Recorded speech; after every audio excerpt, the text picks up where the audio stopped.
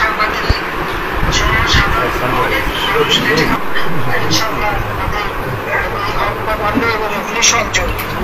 এর বিচারে যাতে হয় সেটা ব্যবস্থা করতে হবে, বিচার আমরা চাই।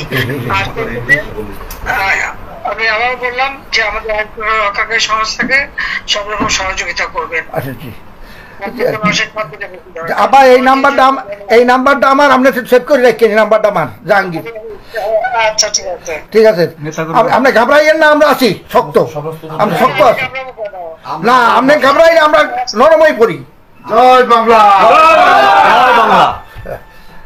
আবার আমি ঘাবড়াই নাই, আমি আর এই ইতিমধ্যে সমস্ত ঘটনার পরে যে কত মানুষ মারা গেছে, আমাদের পুলিশ মাইনের ঝুলাই রেখে দেয়, আমাদের কর্মী মাইনের হাসপাতালে চিকিৎসা করতে গেলে তাকে টাইনে এনে ঝুলাই গুলি করে মারে, পুলিশের পিঠায় পিঠা পিঠা পিঠা মারা, এরকম বিভৎস ঘটনা কে দেখছে?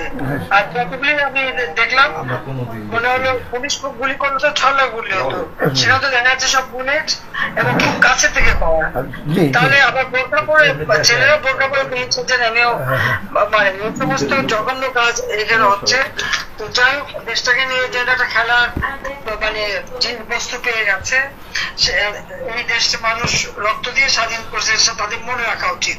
আর এত উন্নতি করছে নষ্ট নয়, সেটাও তাদের বিবেচনা করা উচিত ছিল যে তারা তো নিজেই ব্যবহার করবে, আমি তো ব্যবহার করবো না, বা আমাকে ব্যবহার করবো বলে তৈরি করিনি, তৈরি করেছি আমি সাধারণ মানুষের জন্য, মানুষের সেবা দেওয়ার জন্য, মানুষের জীবনটা উন্নতি করার জন্য, তাই না?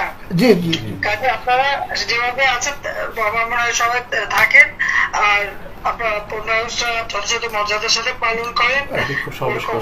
শেখ হাসিনা ভয় নাই, আছি